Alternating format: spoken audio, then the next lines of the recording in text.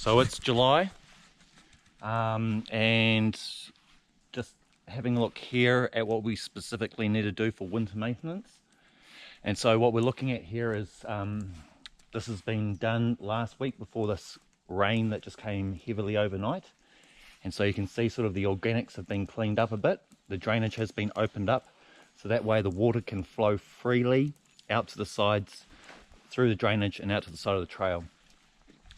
Now this time of year, it's the soil, whether it's the lower subsoil, this brown stuff here, or the finer ash dust that's come off into the drainage from the 1886 eruption. Here's a bit of also the 1886 eruption, plus then there's some rhyolite from the quarry brought in here through there.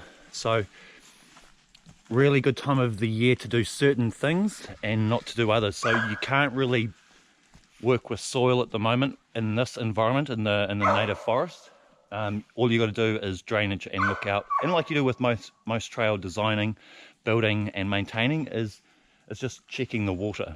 And so what we've actually got here, because of the saturated soil situation and a large amount of surface rain, you've got a small river that's run down beside here, goes right next to the trail and was exiting onto the trail before. It's now just slithers onto the side, which we'll go back and we'll open that up, and heads out to the side there. And then as you can see, then it can head down over the trail in various other spots. So this is a perfect place to probably put a culvert, a catching hole here with a straight culvert pipe, maybe a 200mm across there, just because we do have such a great amount of surface water. And so both the trail in its hardened state will collect water, as well as at this time of year, just the surface, a lot of rain running down on the saturated soils. So if we follow this river down, the trail design here has a couple of chicanes which sort of head across the hill just to get you down this. It's not that steep, but steep enough where a sustainable long-term trail wouldn't really work that well.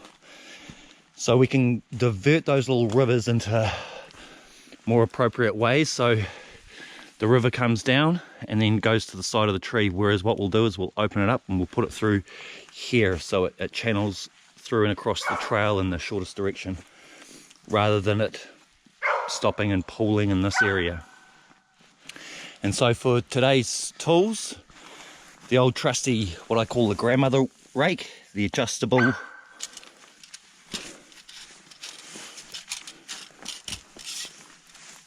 rake, really good for all these ferns, bits and pieces, pulls it all off, gets it out nicely to the side. The trusty Atlas Tools trenching shovel, always good, I like it, not too big.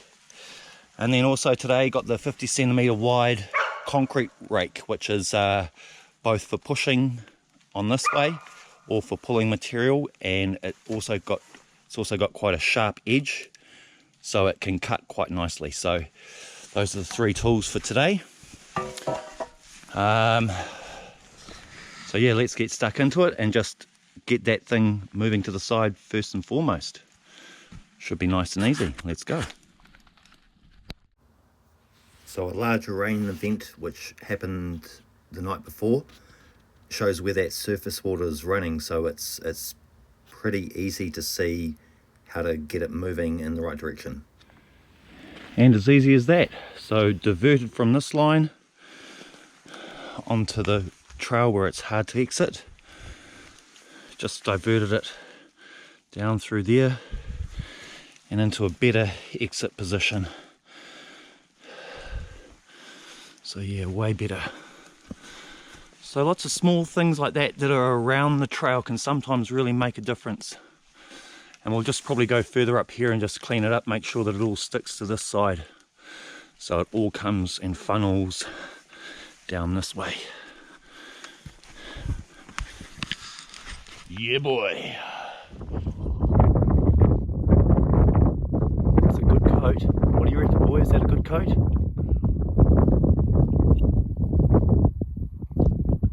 Yeah.